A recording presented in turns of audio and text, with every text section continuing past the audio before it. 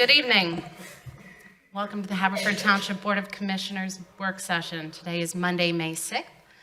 Mr. Berman, will you please call the roll? Commissioner Gondek? Present. Commissioner Forresty Grubb? Here. Commissioner McCluskey? Here. Commissioner Cavender? Here. Commissioner Quinn? Here. Commissioner Hart? Here. Commissioner McCollum is absent. Commissioner Trombetta? Here. And Commissioner Holmes is absent. Thank you. I'd like to ask everyone to rise for the Pledge of Allegiance, and I'd like to ask that everyone remain standing for a moment of silence to honor the 4 brave police officers in North Carolina who tragically lost their lives in the line of duty.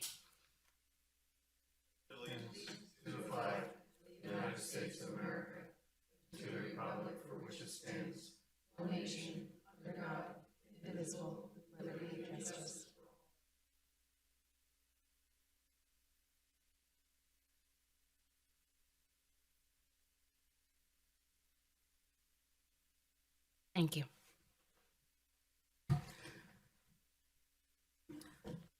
First, I'd like to announce that the Board of Commissioners met in executive session on Thursday, April 25th to discuss a legal matter.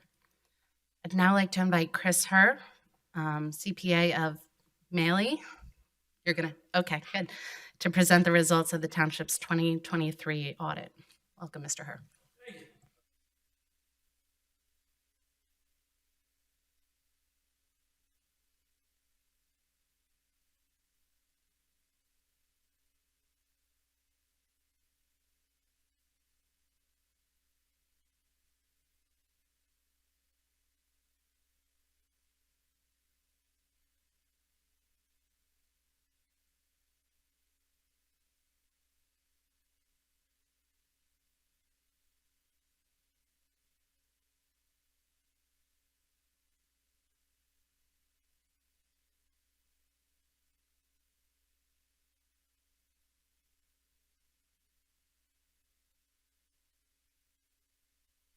With GAAP, that's generally accepted accounting principles, complies with all GASB pronouncements, that's the Governmental Accounting Standards Board that makes all the rules specific to governments. And there's no scope limitations. We came into the audit with a very lengthy list of everything we wanted to see, from bank statements to every employee's W-2 to individual invoices, just anything you can think of regarding the finances. We were able to obtain and audit all the documents that we needed to conclude on the audit. No instances of non-compliance to the financials, and no findings. Typically when I'm looking at, do I have any findings? Is there anything I want to, any deficiencies I want to bring to management's or the board's attention? I really think of 2 things: internal controls and adjustments during the audit. In terms of internal controls, we do review the policies and procedures over cash disbursements, receipts, payroll, bank reconciliations, pretty much anything you can think of to do with finances. We do review those procedures and found no issues there. Everything was running really, really well. And in terms of adjustments, we always have a few adjustments. Here they were the sort of adjustments we see in any government.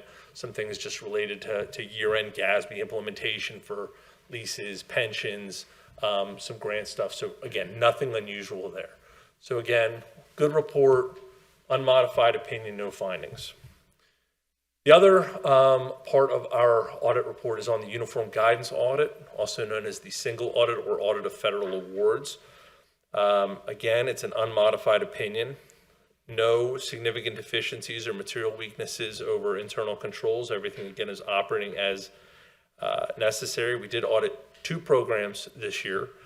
We looked at the coronavirus state and local fiscal recovery money, also known as the ARPA money, and we looked at CDBG. So we did look at both grants. The reason for that was ARPA money, any COVID money, federal government requires that to be audited every year. That's part of the federal transparency rules over all that new money. And CDBG hadn't been audited in the last 2 years. That is going to be required usually to be audited at least once every 3 years. The last time that was audited was 2020. We had to do that this year, so they were both required to be audited. You continue to be a low-risk auditee, which means no findings. Your reports are being filed on time, and no findings in question costs. All the requirements that need to be met, is the money being spent on the right thing? Are reports being filed on time? All those requirements were met. So again, no issues there. So all good results here as far as our opinion goes. The next page, I just wanted to point out a couple estimates in the financial statement. Net pension liability. This is the amount by which the actuarially calculated liability of the pension plans exceeds the money that's held in trust for those plans. So the police plan, pretty consistent with last year, up a little bit. It's about 24.4 million liability versus about 23.7 last year. What that means is that plan went from being about 67% funded up to about 69% funded.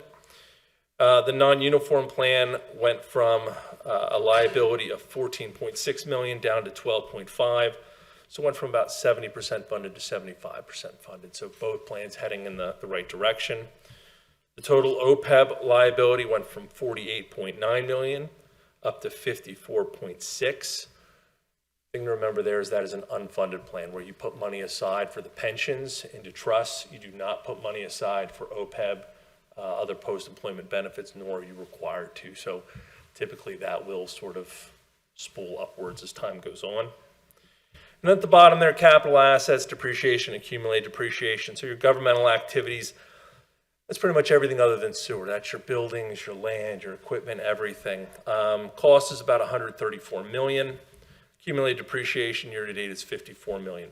What that means is you're about 40% of the way through the life of non-sewer assets of the township. And the business type activities, which is the sewer fund, cost is about 8.6 million. Accumulated depreciation is 2.5, about 30% of the way through the life of those assets. Both really good numbers, shows continual investment in the infrastructure of the township. It's not unusual for me to be talking about numbers that are 50, 60, 70%. So again, those are good ratios, good numbers. Next page, just some basic financial data from the year. Your main revenues are in the top table. Total governmental revenues were 57.4 million for 23, compared to 53.4 million last year. So overall revenues up about $4 million.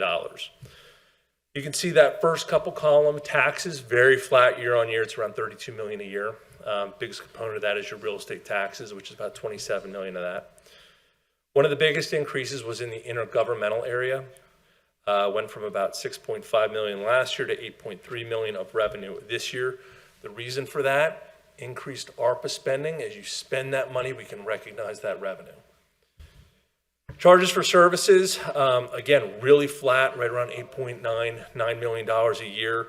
About half of that is trash, another $2 million is recreation programs. So again, really flat year on year. And the sewer, very flat year on year, right around 4.8 million. So when we look at these columns, everything's pretty flat in intergovernmental up roughly 1.8 million. I did mention that your overall revenue is up about 4. The reason for that is another revenue source, which isn't in here, it's a little smaller, interest revenue. Interest income in your general fund went from 600,000 to 1.6 million. So an extra $1 million of interest on cash and investment holdings. Capital projects went from 60,000 to 800,000. And ARPA funds went from 200 to 900,000. So there's an extra 2.5 million of revenue in 23 compared to 22, taking advantage of those better interest rates that are out there on the market. Expenditure composition, total governmental expenditure for 55 million for 2023 compared to about 50 million for 2022. It's an increase of about $5 million. When you look at these different columns, public safety, pretty flat year on year. Only about a 2% increase, which is really good for your main expense area to only have a 2% increase. That's below inflation. The rest of the increase, it's discretionary capital project spending in 22 compared to 23. The last page, bonds payable went from 44 million last year to 59.5 million at the end of 2023. Reason for that was the 18.4 million 2023 bond issue for various capital projects. And then the last slide here, fund balance, probably the most important slide in the whole thing. Fund balance speaks to financial health of the township. Fund balance is if you took your assets, paid off all your liabilities, this is what you would have left. So the blue line there is your general fund. And over the last 3 years, went from 29 million up to 33 million, up to 37.5 million. So good trend there in the general fund balance. The gray line, which is the next line down, is your sewer fund. Also increasing, not quite as pronounced, went from 15 to 16 to 17 million. And then that orange line is everything else, mostly capital projects and ARPA. And you can see that went from 4 million down to 3 million, and then it shot way up. It's because all that bond money that's now sitting in those funds that wasn't there last year. So again, everything with fund balance trending in a healthy direction. So no findings, clean opinion, good fund balance. It's all good news there. The only other thing I wanted to point out, I don't think we have it up here. There is going to be a SAS 114 letter that's issued as part of our audit. It's very standard. We issue it for every audit. There's a section in there that just came up in the last year or two called significant risks identified. And when you see that and you read it, I want to save myself from calls the next day. There's nothing to be alarmed by there. All that is before we even start the audit, when we're in our office and we're sort of brainstorming about what could happen at this township, not what has happened, not what is happening, not what we know is happening. It's just a thought process. We have a few items in there: risk management override, improper revenue recognition. I think there's a journal entry item in there too. And all that is stuff that we determined before we even started the audit that we wanted to look at when we were performing the audit. We are required to disclose those in that letter, but there were no issues. If there were, we would have had findings, internal control deficiencies, and as I mentioned at the start, we don't have any of those. So I just wanted to point that out in case you're doing some reading later on. That's it for the 2023 audit results. I'd be happy to field any questions if there are any. Thank you so much. Are there any questions or comments from my colleagues? I have just one question. Sure. In terms of the OPEB liability that's over and above the pension liability, can you just give a few examples of what is contained within that OPEB liability? Yeah. OPEB, other post-employment benefits, it's usually medical benefits that are provided to employees after they've retired. I think the lion's share of this is going to be police benefits. So that is separate from pension. And again, the reason that number is going to be so much higher than the pensions is because when it comes to pension plans in Pennsylvania, you're required to complete a minimum municipal obligation calculation. You are required to make contributions into a trust every year for the pension plans. You're not required to do that for OPEB. Thank you. Sure. Any additional questions or comments? Thank you so much, Mr. Herr. All right. Appreciate it. Thank you. I'd now like to invite Ken Matthews and Randon Petray to share an update on the Haverford Township Free Library renovation and expansion project. Welcome. Hello. Okay, what am I doing here? Oh, she's coming to help. Well, we're waiting for that. So we're here just to do an update on the library construction. So things are going well. We're pretty much on schedule. Demolition started in early December. We are at the point where everything's been completely demolished, and you'll see some of the pictures here coming up in a minute. Contractors have all been great. We've worked with them all before. So things have been going along. Everybody's playing well in the sandbox, as they say. We don't really have any material lead time issues right now, which is great. There's some long lead items, but nothing that's of real concern. There have been changes that you've already seen, and there's some more in front of you for your meeting next week. We're about out of the ground where a big cost risks are. We did find a little, not so little, oil tank in the old bank building that was unforeseen. So things like that come up, but we're just about out of the ground.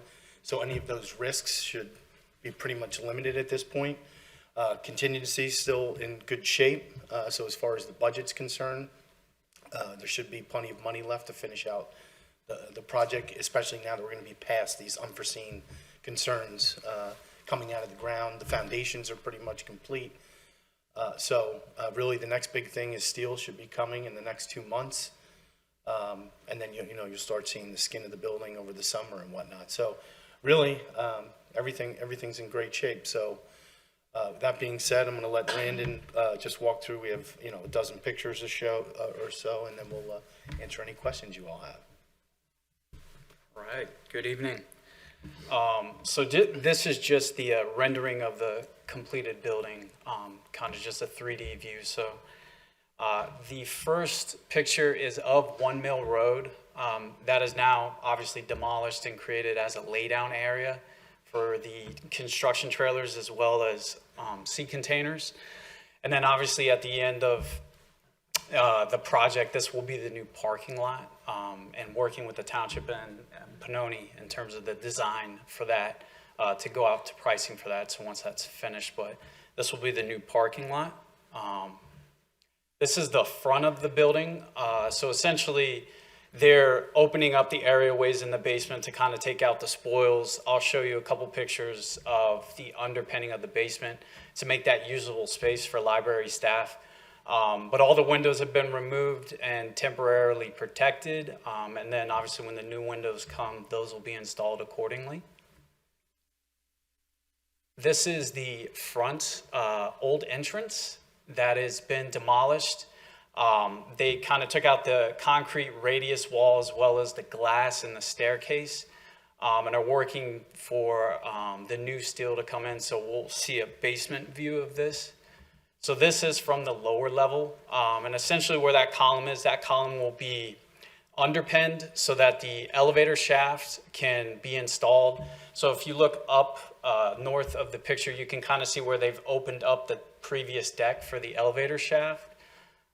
So that work is starting now, and they'll kind of get hot and heavy with that for like the next 4 to 6 weeks to get the new foundation wall installed. This is the old parking lot. This is the second floor facade that has been removed in anticipation for the addition to come out. So all the windows and brick and everything temporarily protected.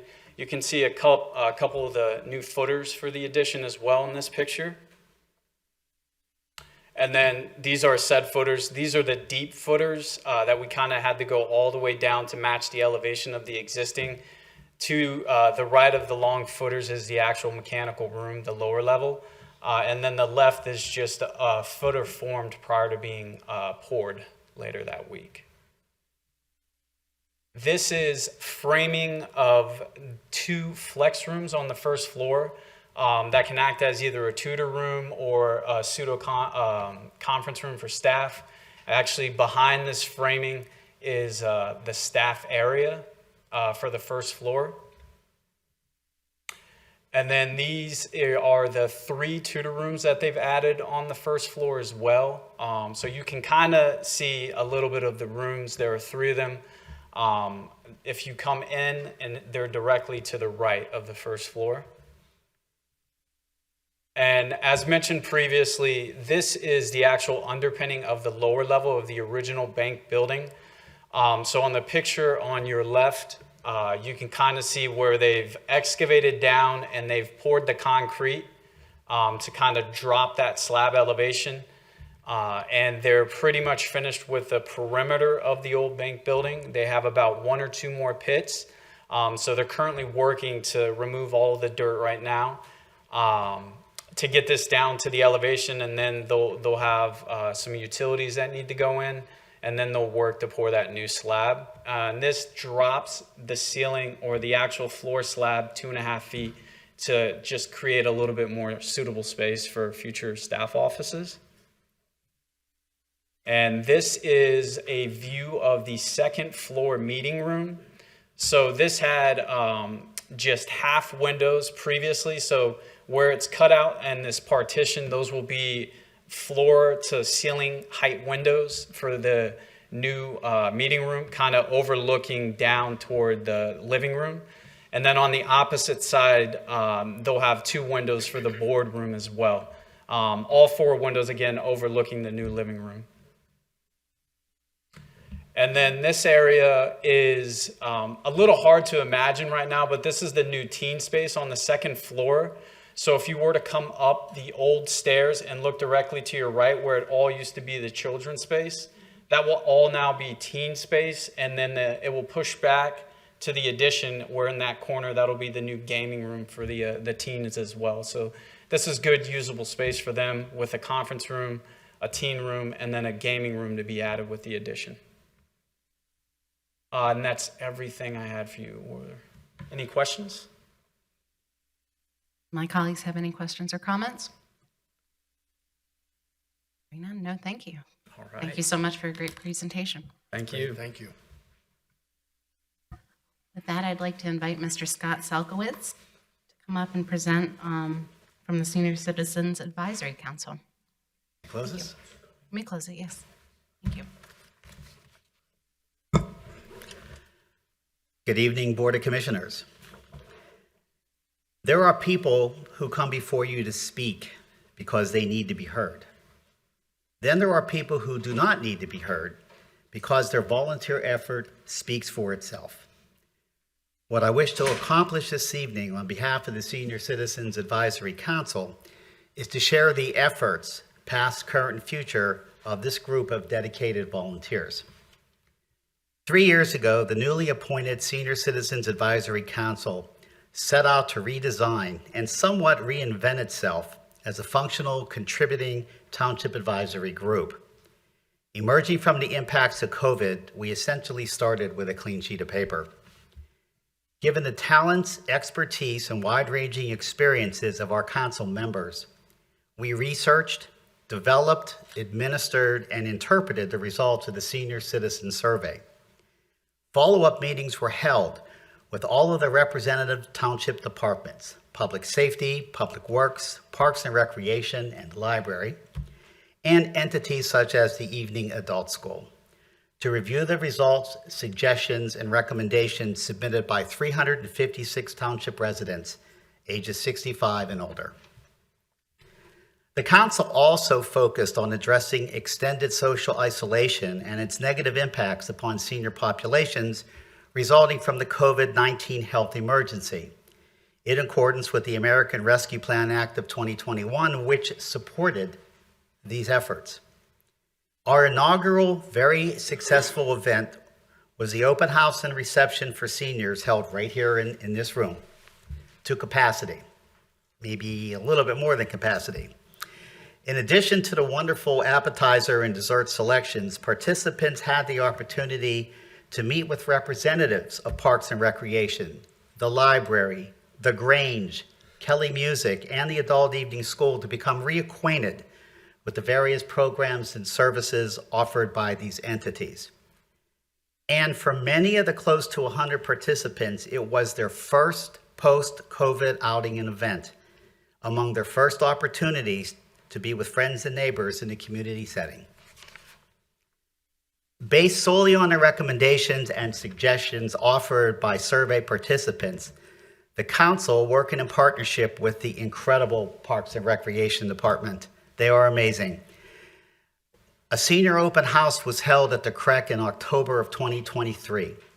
Over 250 seniors took part in the various health and well-being demonstrations, activities, and seminars and events tailored specifically for people 55 and older. Due to its success, we are pleased to announce that the Senior Open House will once again be held at the CREC on Sunday, October 13th, 2024, from 11 a.m. to 2 p.m. That is Sunday, October 13th, 2024, from 11 to 2. So please mark your calendars and share within your communities. And I do believe that it's a week after Haverford Township Day, so there's no scheduling snafus. Continuing the relationship and partnership with Parks and Recreation, and again, based solely on the results of the survey, and our commitment to addressing lingering social isolation, a series of monthly senior night out programs were launched in January 2024. Programs included table games night, movie night, karaoke, and the upcoming potluck dinner scheduled next week, Tuesday, May 14th. Participants are requesting that this series continue, and is currently being reviewed by administration. And finally, the council began to look at outreach and means of communication.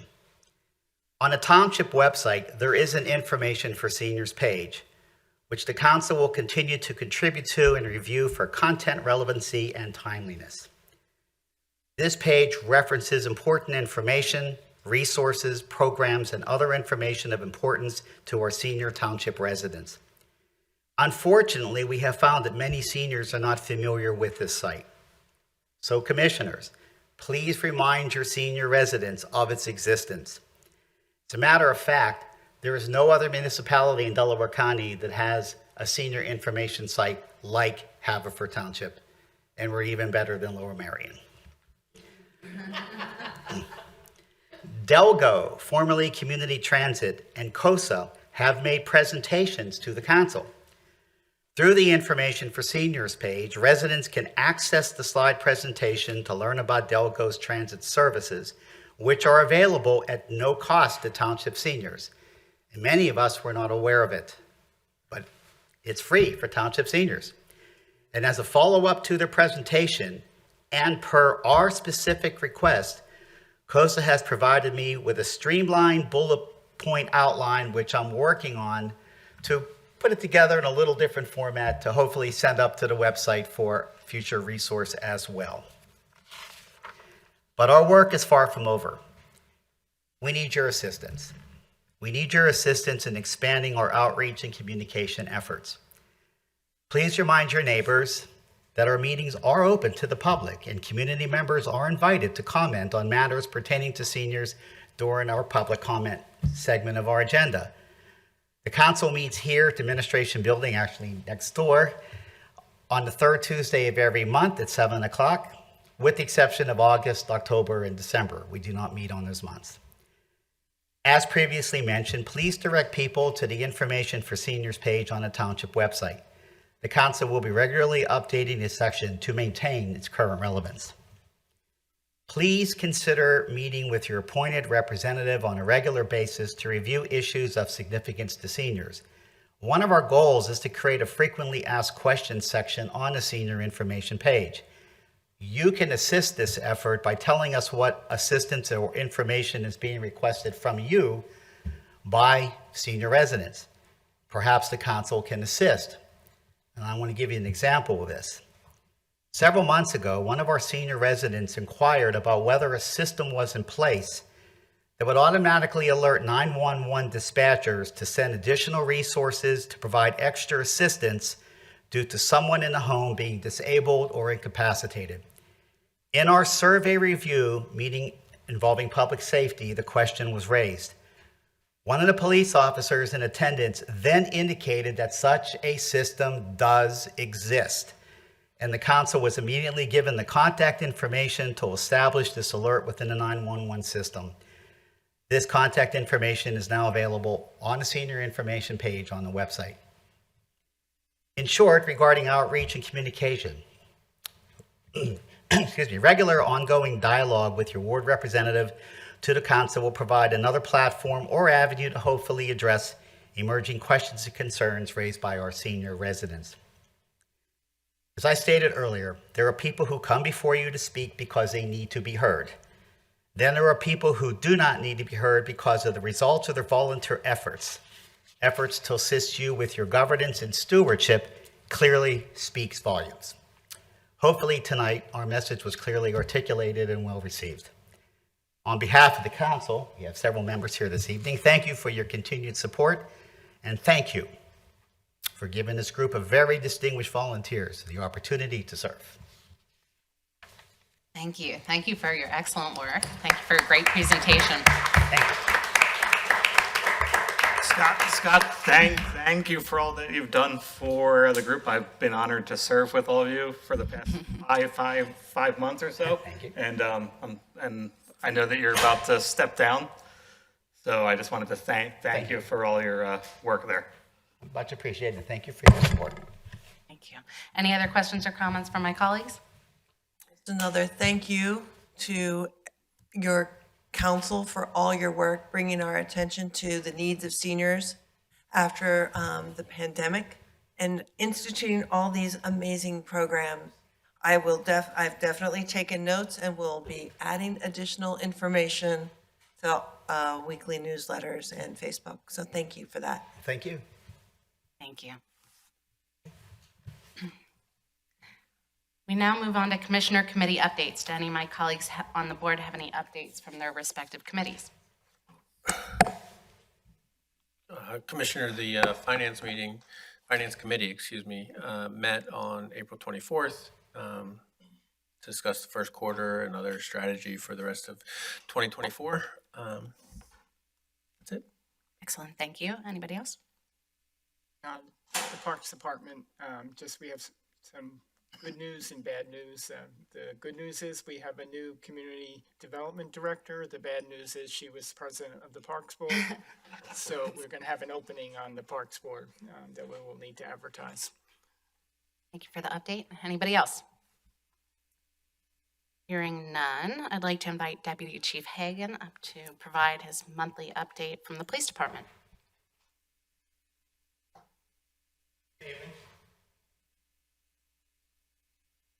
We had 19 criminal arrests, 2 juvenile arrests, 291 traffic citations, 14 non-traffic citations, 66 written warnings, and 614 parking tickets issued. There was a burglary attempt on 411 in the 100 block of Waterview where a resident found their rear door smashed in and the house was ransacked. We also had one overnight on 4/30/2024. A resident reported that there was pry marks on the back door. We're not sure if that occurred during that incident. Also, we had on one night on 3/30, we had 4 vehicles entered in the 100 block of East Turnbull. None of the cars were locked.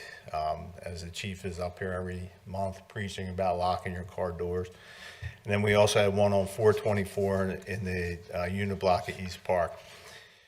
We had 2 bicycle thefts. We had 4 canine uses. And over the weekend, I want to bring attention that we had a very good community event.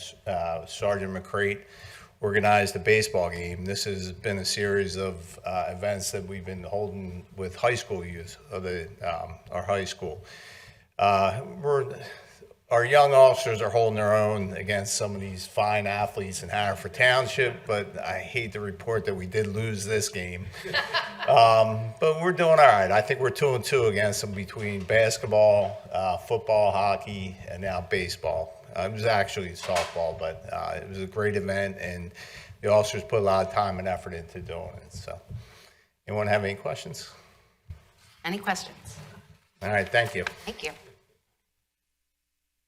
All right, so we now move on to review the agenda for the Board of Commissioners meeting for next Monday, May 13th.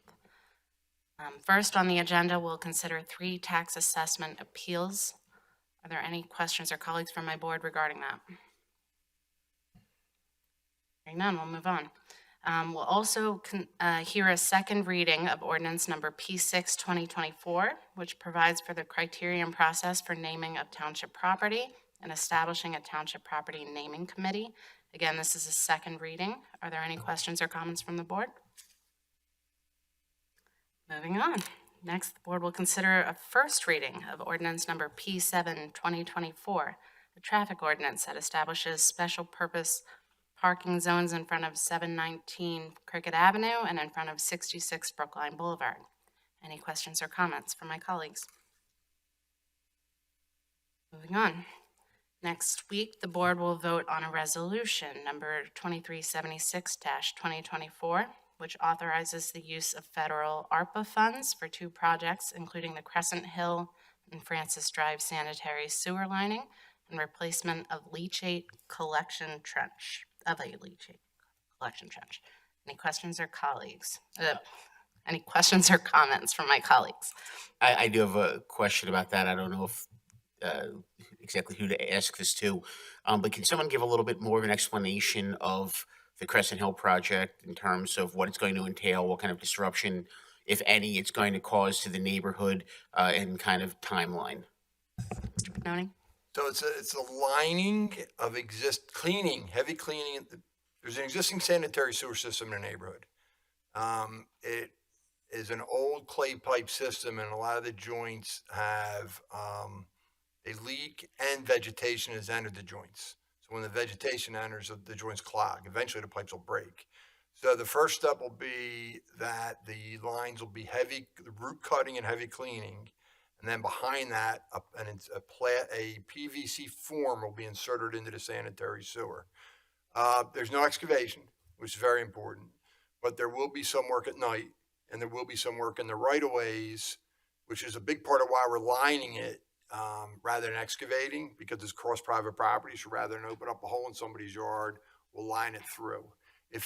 Assuming it gets awarded this month, there's usually a solid 30 to 45 days to execute contracts, and there's a pre-construction meeting, and then a detailed schedule will be issued for the neighbors and residents.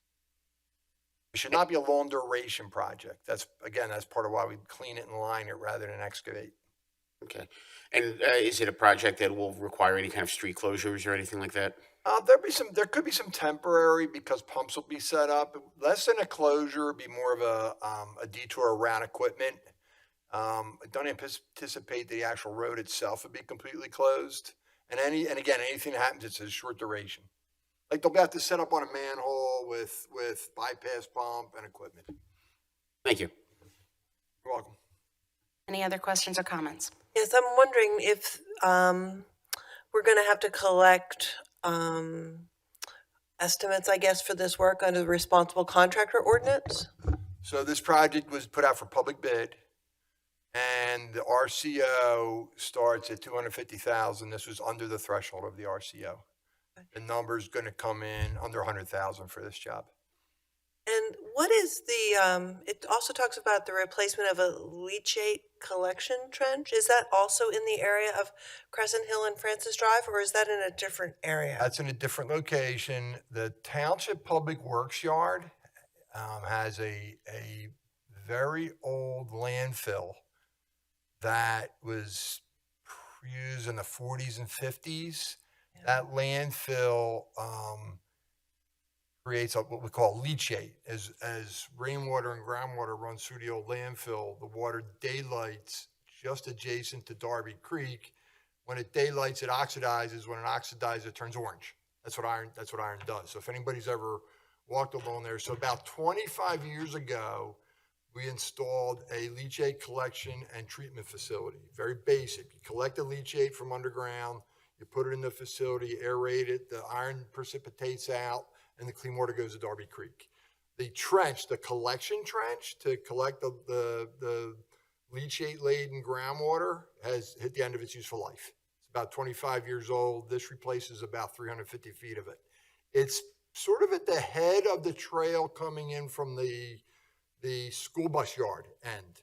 If you go down to the trail, there's a little bit of parking lot, a little bit of a trailhead there, and you may be going about 100 yards. It's on the left. And most people don't know it's there. You see two small buildings and everything else is underground. That'll be replaced. We won't do that work. We're setting that up to start that after the school year's over, because we want to use the bus depot area for staging area. So that work would start around mid-June. It's only 300 some feet of pipe, so it should go very quick. Thank you. And I'm sorry, please. just that orange area along the trail, that's what's. Exactly. That's okay. exactly what it is. It wasn't orange 10 years ago. The trench is it was very orange 30 years ago. Now it's hitting the end of its useful life. The trench is, we can't remediate anymore. We're able to clean it internally. It's the end of its useful life. So we're going to replace it. You indicated using the bus depot as a staging area. So is that going to involve relocating the school buses? No, we're waiting till most important, wait till school's over. And second, there's a lot of room down there. So kind of where a lot of the bus drivers would park and all. We just thought it was better to avoid any conflict than wait till the 15th. We could have even fit them in now if it was critical, but we just figured we'd wait. The buses themselves, outside the bus depot. That's a better way to say it. It won't be inside the bus depot area. Thank you. Any other questions or comments? Hearing none, we'll move on. Next week, the Board of Commissioners will consider resolution number 2377-2024, which authorizes the township to apply to Delaware County Council for the 2024 allocation of county liquid fuel tax funds for streetlight operating expenses in the amount of $53,568. Are there any questions or comments from my colleagues? Hearing none, we'll move on. Next week, the Board of Commissioners is expected to vote on Resolution Number 2378, 2024, which authorizes the use of federal ARPA funds for the replacement and repair of numerous park pavilion roofs, the installation and purchase of a new rubber surface at Mary Place Playground, the replacement of 6 picnic tables at various township parks, and the installation of 3 in-ground grills at parks. Are there any questions or comments from my colleagues on the board? Yeah, Brian, the surface that's being installed at Mary Place, is that replacing something existing or is it going to be an addition to? Yeah, that's replacing, well, we replaced the piece of equipment there, Yeah. and then we'll be putting in the poured in place, which is similar to what you see up at Freedom Playground. And what was there before was the wood carpeting that we use at most of our playgrounds. Okay. Any other questions or comments? Moving on. Next. Actually, Go on. so with the camera upgrade to the 10 sanitation trucks, at that point, will all of the sanitation trucks have the front and back recording systems in place? That's correct. They'll have the recording systems, the surveillance systems, both front and back. But for the whole fleet? That's correct. Thank you. Just the sanitation fleet. Yeah. Are you talking about the sanitation trucks right now, Brian? I was talking about the camera system upgrades. No, the Okay, first. so does anybody have any questions about that one? It's the next one, but Oh, it's, I'm sorry. Did I jump Moving in? on. I apologize. Can't take me anywhere.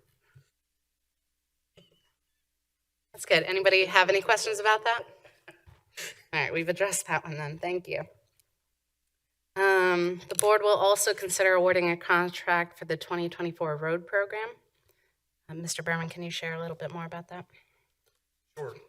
A little while back, we circulated some recommendations to the commissioners, and they were reviewed. The project went out to bid this month. We expect bids in later in the week, and we'll have all the backup attached to your agenda packet for next week. This one, Commissioner Forstey-Grupp, is subject to the RCO because it's going to exceed $250,000, and we have approximately $1 million budgeted, so that gives you an idea. With 9 wards, that gives you an idea of the average that we'll be able to do for each ward. It's not a whole lot. If I could just comment on that to just clarify to anyone watching or listening, in terms of which roads got picked, it wasn't that the commissioners decided their favorite roads to get picked. That, correct me if I'm wrong, but it was based upon Public Works going out, evaluating the condition of all the roads in the township, and then making kind of a priority list from a wear and tear point of view of what was appropriate and in what order. Is that correct? That is correct, Commissioner Gondek. The Public Works crew developed a list of recommended roads, and that's the list that we prioritize to submit to the Board of Commissioners for review. Thank you. Any other questions or comments? We got a little out of order. Thanks, Commissioner Gondek. The board will consider awarding a contract for the Scadium Condenser Water Electrical Pump. Any questions or comments regarding that? Hearing none. Moving on, the board will also consider awarding a contract for the aforementioned Crescent Hill and Francis Drive sanitary sewer lining and the leachate collection trench projects. Are there any further questions or comments related to those projects? All right. We'd like to add something to the agenda, I think, for next week. Mr. Berman, can you speak to that? That's correct. Similar to what I said about the road program, I'll be attaching additional documentation, and this goes all the way back to what Ken Matthews was talking about. Every month, as the changes to the project come up for the library, we put together for the packet and request the board's approval for change orders, and that was not included in the packet for the work session and not included as an agenda item, so we'd like to add that to the agenda for next week with all the detail to be provided. Any questions or comments? All right, moving on to purchases. The board will also consider approving the purchase of a graphics package for the Ambulance 108B. Are there any questions or comments from the board? What exactly is a graphics package? The ambulance, under the laws for paramedics, is required to have certain lettering of a certain size on the outside of the ambulance. It's a new unit, and we're going to match what exists for the other units that are in service in the township. Thank you. Any other questions or comments? The board will also consider approving the purchase of electric charging stations for public and captive use by township staff at the CREC. As a reminder, at our April meeting, the board approved the electric infrastructure improvements needed for the stations, so next week we'll be voting to approve the actual station purchases. Are there any questions or comments from the board? I have a question regarding that. It looks like one of the charging stations is allowed for public use, but the other one is reserved for only township use. Is that 24/7, or what exactly is the reasons? Yes, for Commissioner, that? just like we have out in this lot where we have 2 dual poles, so there's 4 ports. 2 ports are called captive, so they are just for township vehicles, and 2 are for public use. So it'll be a mirror image up at the CREC. It is restricted 24/7 to township vehicles, the 2 captive stations. They don't have the same networked capability that the public stations do to read through the ChargePoint network and things like that. They are programmed just to read the cards issued to township employees who have the vehicles. Our Park and Rec staff has electric vehicles, as you know, our meter enforcement staff. So they'll be the ones using those, and soon to be, at least have one coming too. So they'll be the ones using the captive station. The other 2 ports will be available for public use 24/7. And if we install charging ports in other areas of the township, would they also have one that, have the same sort of system where one was for public use and one was for captive use? No, not necessarily. The ones here at the township building and the ones at the CREC, we had the captive concept for those 2 stations because they're workplaces of persons on township staff that have electric vehicles. So, for instance, when the decision comes for the library, the planned stations of the library, we won't have that same need to have the captive stations for township employees because there's no township employees with electric cars headquartered at the library. Got it. That makes a lot of sense. Thank you so much for explaining that. A bit of good news, we were awarded a Pico EV, a shout out to Pico, a Pico EV Smart rebate for about $36,000 that'll offset the cost of the CREC station. Thank you. That's great. Thank you. Finally, under purchases, we'll consider the purchase of playground rubber surface for Mary Place. As previously discussed, ARPA funds will be used to make this purchase. Are there any questions or comments from the board? Next week, the board will affirm Township Manager's appointment of a new Community Development Director. Mr. Berman, do you want to share more about that?